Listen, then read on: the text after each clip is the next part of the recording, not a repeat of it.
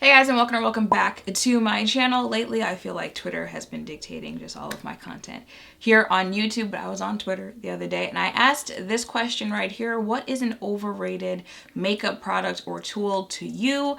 I was not expecting the response that I got, definitely not as many, and some of the products that you guys were saying. So I went through all 600 or 700 replies there, wrote down each and every one, and I am doing a video today where I'm going over the ones that were said the most, like just letting you know I literally wrote down every single reply that I got. It took like 3 pages, and of course out of, like 700 comments, a lot of them were repeated, so that's why you might see some tally marks next to them, because I didn't write it down every time I saw it again. I just, tally them up.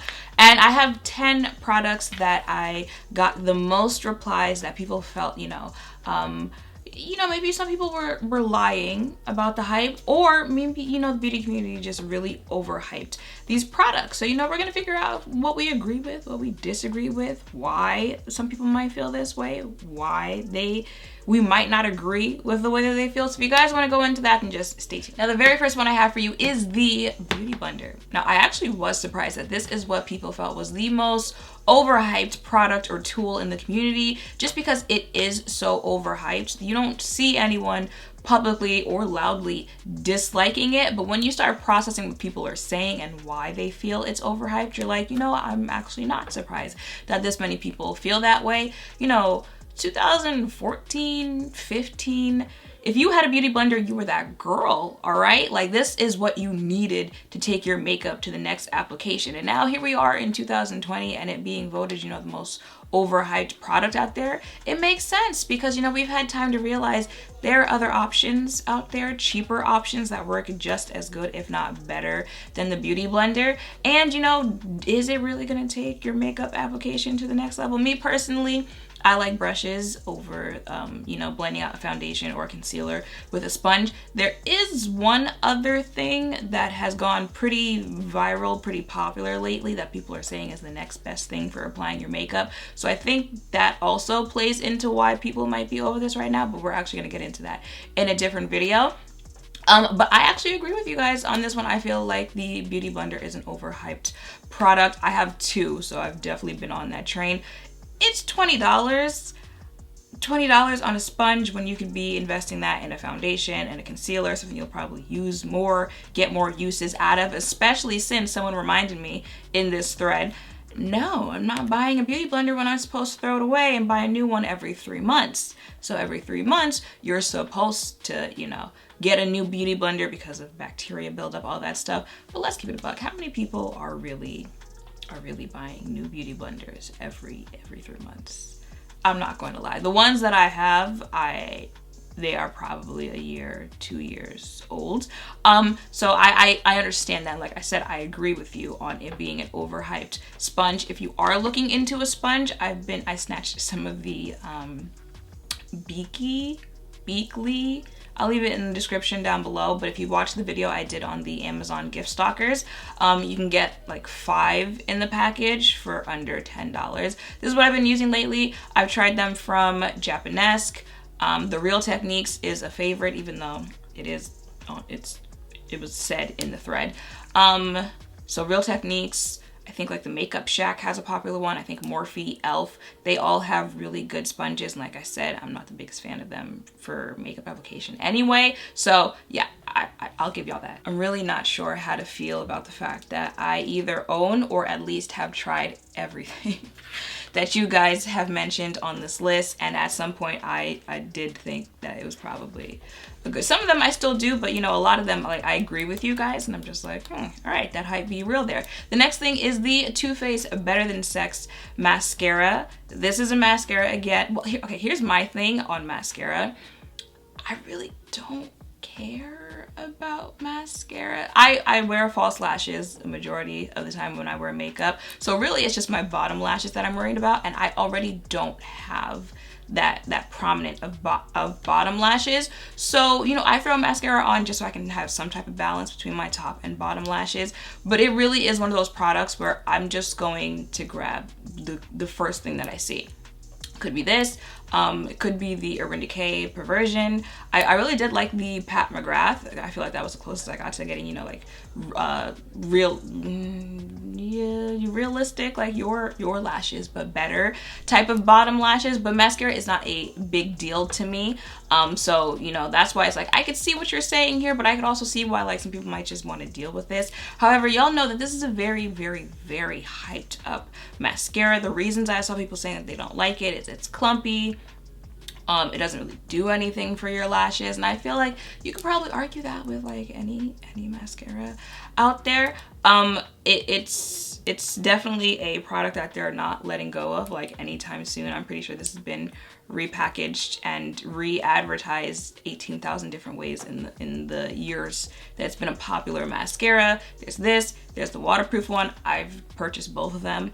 I agree with you to an extent, and then to the other extent, it was like, look, if you want to like it, go ahead and like it. However, if you feel like you don't like it, like, I don't blame you. I guess what I'm saying is, I haven't come across one mascara where I'm like, okay, this is the hill that I'm ready to die on. I will argue with you over this mascara. So I give it to you if you feel that way.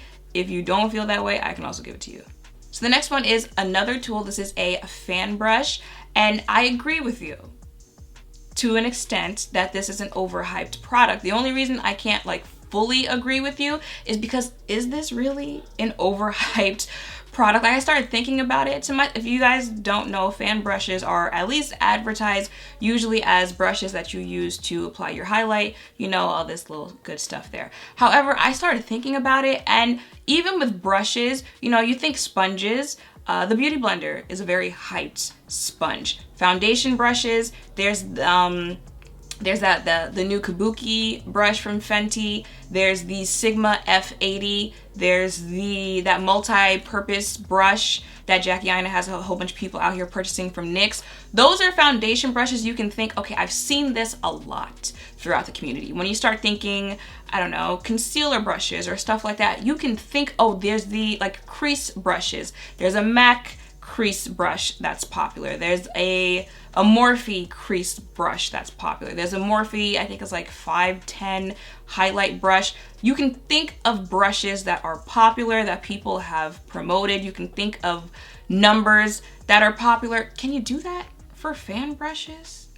Like, can you think like, okay, this is a fan brush that a whole bunch of people recommend in their, you know, my favorite brushes videos. Can you do that for fan brushes? Can you even think of times when, you know, fan brushes are heavily pushed or stuff like that? I don't even know what this brush is. I just grabbed the first one I saw. This is an LA Girl 102. So that's why I can't like fully think it, because I understand where you're coming from, where it's a product that's pushed, but you don't really understand its purpose because it doesn't really do anything, at least not for what you're using it for. Because it's like, I feel like most people apply highlight like this, and at least how this is advertised always looks like this. I understand your point there. I just can't feel like this is overhyped because I don't ever feel like I hear anyone talking about it. But in the sense that you guys are saying it, yes, I agree. I don't remember when I've ever felt like one of these was something I actually needed. I did see people in the thread saying that this is something you could use for your contour. Try it out, let me know how you feel about that, but I'll give you that, there really is no point to these. I said what I said. Okay, next thing I do not own anymore, but I certainly have tried it. It is the Tarte Shape Tape Concealer. I was not surprised to see this mentioned as many times as I did. Now, you know, if you're not new to the makeup world, you know, it's the hype for Tarte, the brand. Of course, the brand still exists.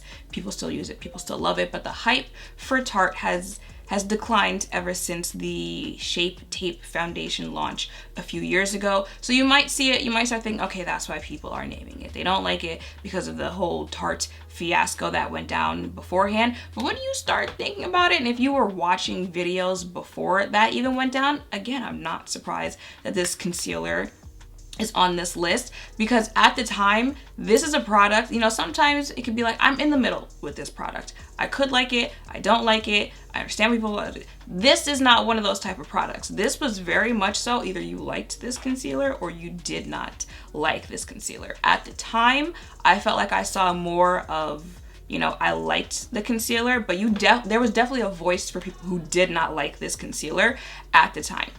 And one of the main reasons I saw people saying that they didn't like it is because it's very drying to the under eye. I think I even said back in the day that it was drying to my under eyes, but you know, it was the best of what I was trying at that point, so I'm gonna continue to use it. I think also the shades were better, or they weren't. I really don't remember. It's been years with the Shape Tape concealer.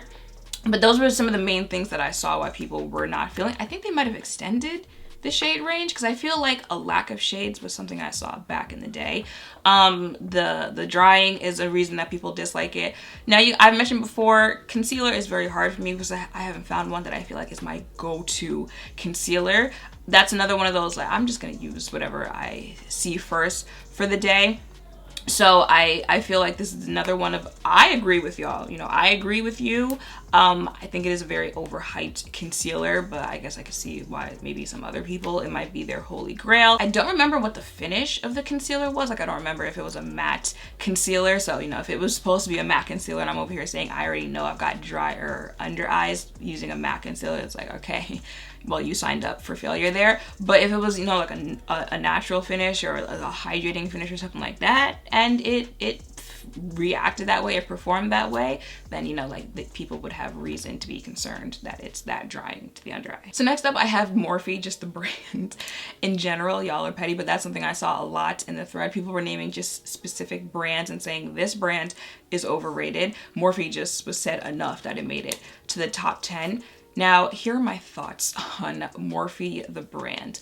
I feel like it is an affordable brand that is beneficial to new makeup artists or makeup artists who are trying to build their kits on an affordable budget. You know, we've all seen the 35,000 shade neutral palette. They've got that, but they also have a 35,000 shade colorful palette. Now, you buy those two palettes probably under $60, and you've got two decent size, so it makes it a little bit more travel friendly kits that you palettes that you can throw into your kits. And now you've got colors for all type of looks that you might have to do on your clients. They got a neutral. If they want a neutral look, you got them. If they want a colorful look, you got them. And it makes it easier to stock up on shadows for your kit. You know, you can stock up on brushes. Their brushes are probably $6, $9, $15 max as far as the price goes. So you can stock up on those. They've got complexion products, they've got setting products, they've got tools, all that stuff. So it's affordable, it's accessible. So that's who I think is getting the best bang for their buck from Morphe. Now, the reason I can't really fault y'all for saying Morphe as much as you have in the comments is because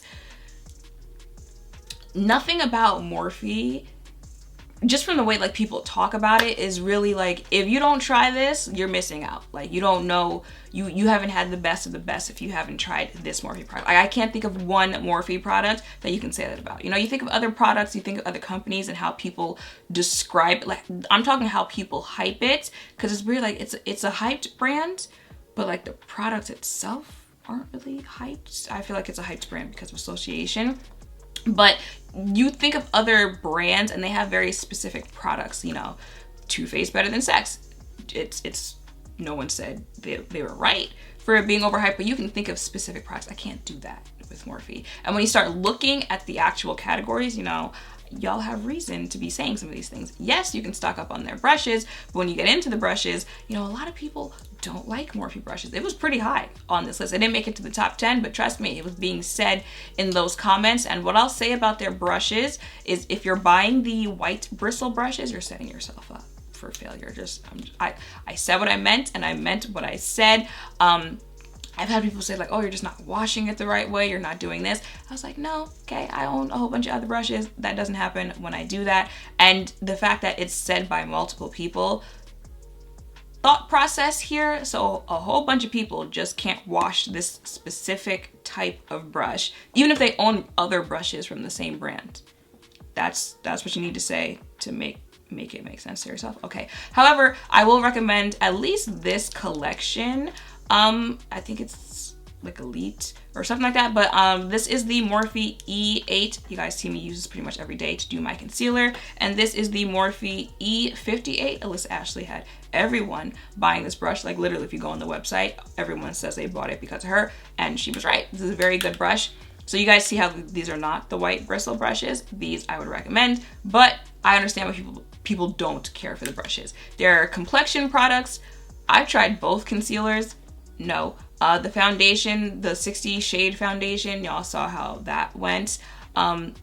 Really, I guess the only thing you could say is like the setting spray. That's a very popular product. However, for me, which is also why I can understand people who say it's overhyped. It's a spray that's better for helping everything melt in your face. As far as actually setting your face, you're still gonna need to set your face with something else if you want your face to actually last throughout the day. So that's why, you know, is the brand Morphe overhyped? Yeah, it probably is. So next up is the Anastasia Beverly Hills Dip Brow.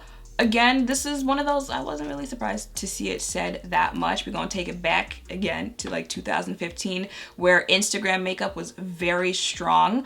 And that's you know, when most people were falling in love with the Anastasia Dip Brow. So I'm not surprised now in 2020 that people are saying that it's overhyped, because I don't know if you guys have kind of noticed it, but from advertising to the way the biggest influencers are doing their makeup to all that stuff, you kind of notice that there's a shift in what's becoming the trendy type of makeup to do right now. It's very soft glam has been trending in the beauty community for like the last 2 months, okay? It's very soft makeup, it's very natural makeup, it's very your skin but better. You know, more so the Milk makeup, the Glossier, a little less, what's a full coverage? Il Makiage, or I guess Huda Beauty is pretty full coverage there. So a little less that. So I'm not surprised that people are saying that the Dip Brow is overhyped, because Dip Brow can give you a very strong brow very quickly. It's a product you should use very carefully. I feel like you can get a little softer of brows if you use it. However, just the product itself, it's not going to give you the softest of brows out there. If you're looking for brows that don't look like they have any actual product in them, it's just how your brows are naturally, I don't really feel like you'll get that with Dip Brow, because even if it is a softer brow, it's always going to look like a brow that you filled in. So I understand why, you know, now people are saying it's overhyped. Do I agree with you?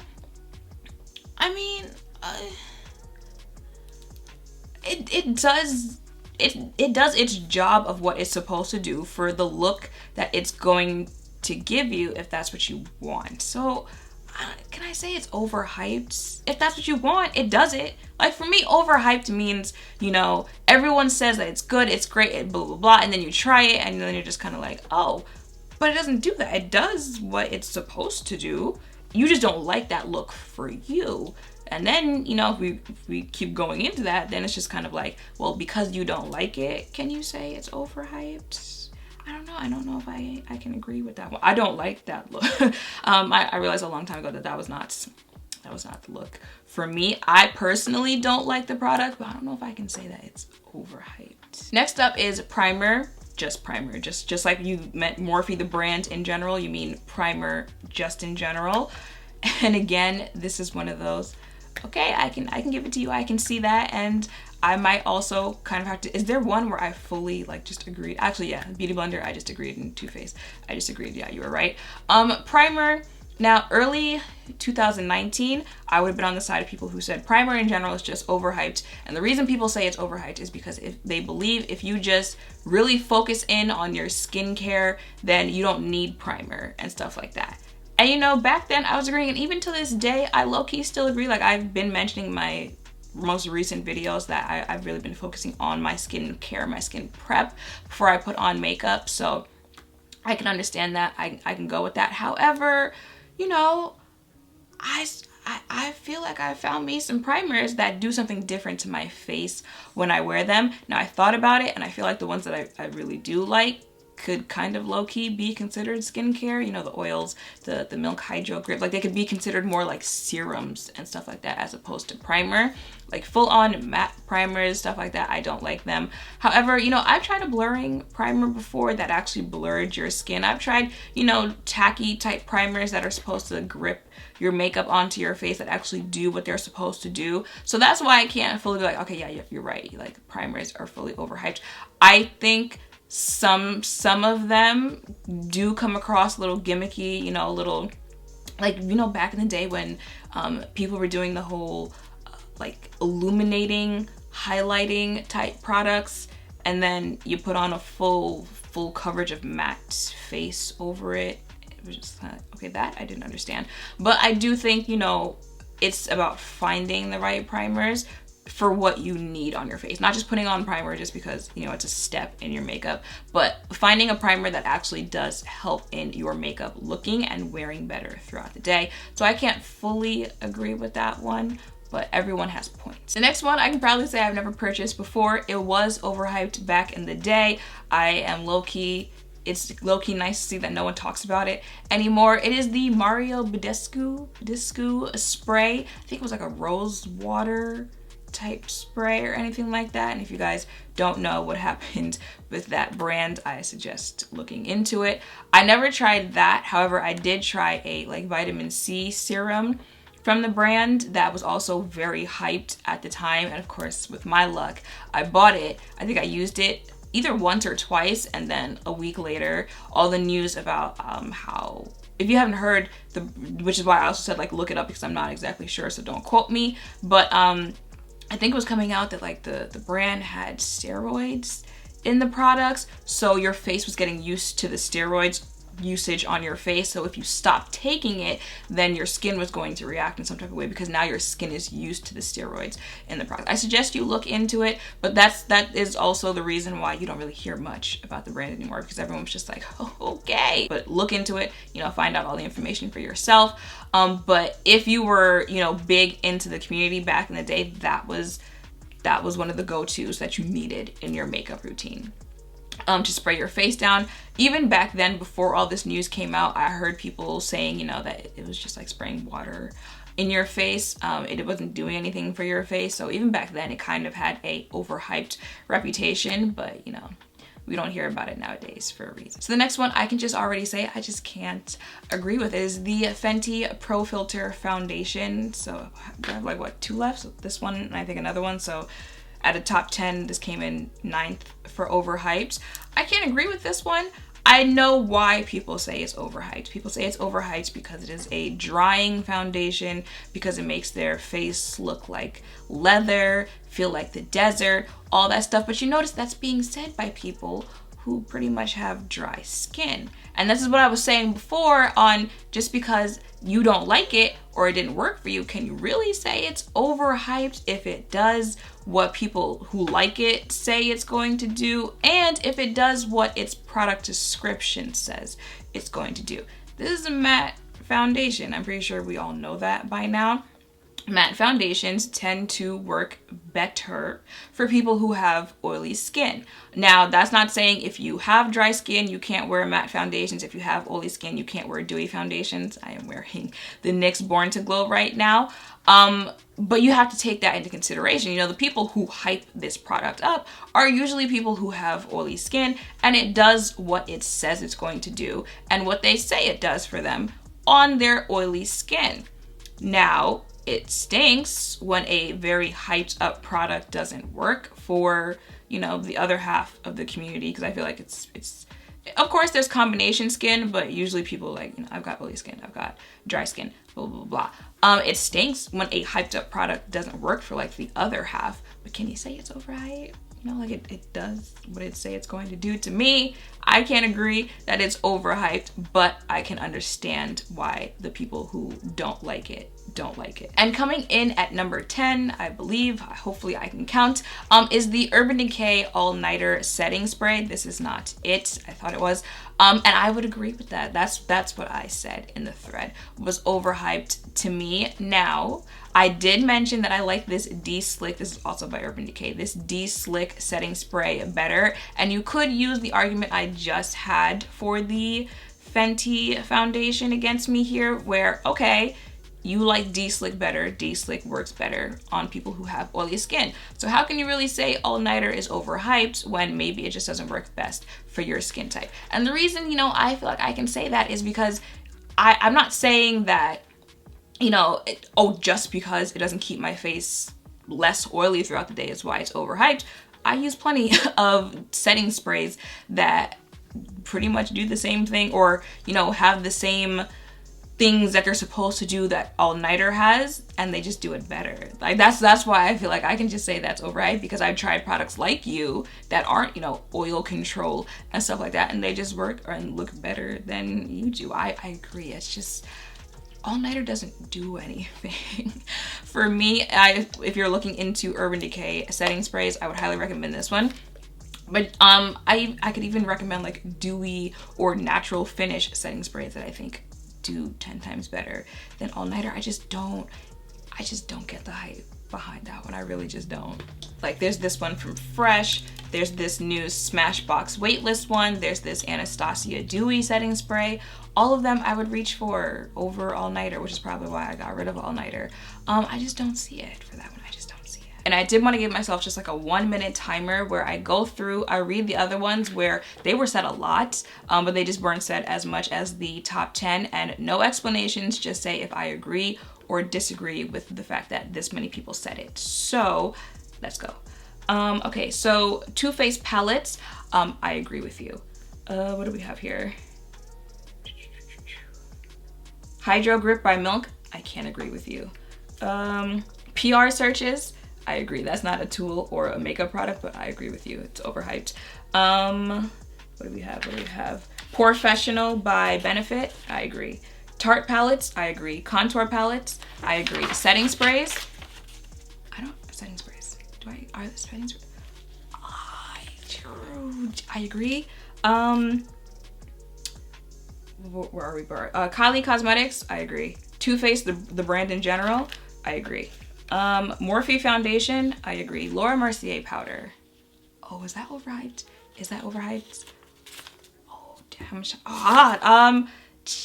Yeah, no, I don't agree. I don't know. I don't know. Oh, okay. The last one I had was Urban Decay palettes. I think my phone low-key got stuck there at 3 seconds, but the last one I had was the Urban Decay Naked palettes. And I can't explain myself. I agree. So that is it for this video. Let me know if what you think is overrated made it to the top 10 or was just mentioned in general. Let me know if you disagree with anything that was highly rated as overhyped in the community down below. And yeah, that is pretty much it. So make sure to thumbs up, comment, subscribe down below. Thank you all for watching. I will see you in the next one.